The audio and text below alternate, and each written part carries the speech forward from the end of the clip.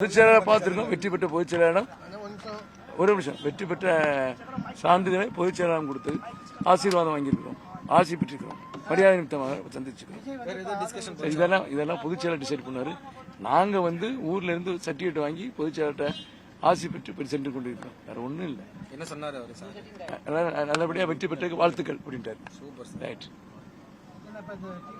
அதான் இன்னைக்கு நீங்க ஒரே வார்த்தை சொல்லியாச்சுன்னா அதெல்லாம் எல்லாம் பொதுச்செயலாளர் தான் டிசைட் பண்ணுவாரு. சார் தயவு செய்து பொதுச்செயலாளர் சர்டிபிகேட்டை காமிச்சாச்சு. வெற்றி பெற்ற அவர் எனக்கு சீட்டை கொடுத்தாரு. அந்த நன்றி கடனாட்டு நாங்கள் வெற்றி பெற்றிருக்கோம். அவருடைய ஆசையுடனும் பாரதிய ஜனதா கட்சி மற்றும் கூட்டணி கட்சியின் ஆசையுடன் நாங்கள் வெற்றி பெற்றிருக்கோம்.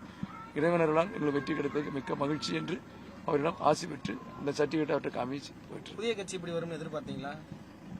நன்றி, வணக்கம். No meeting.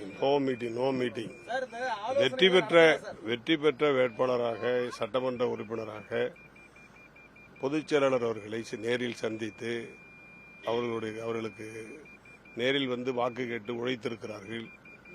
பொதுச் செயலாளருக்கு நன்றி தெரிவித்துவிட்டு எங்களுடைய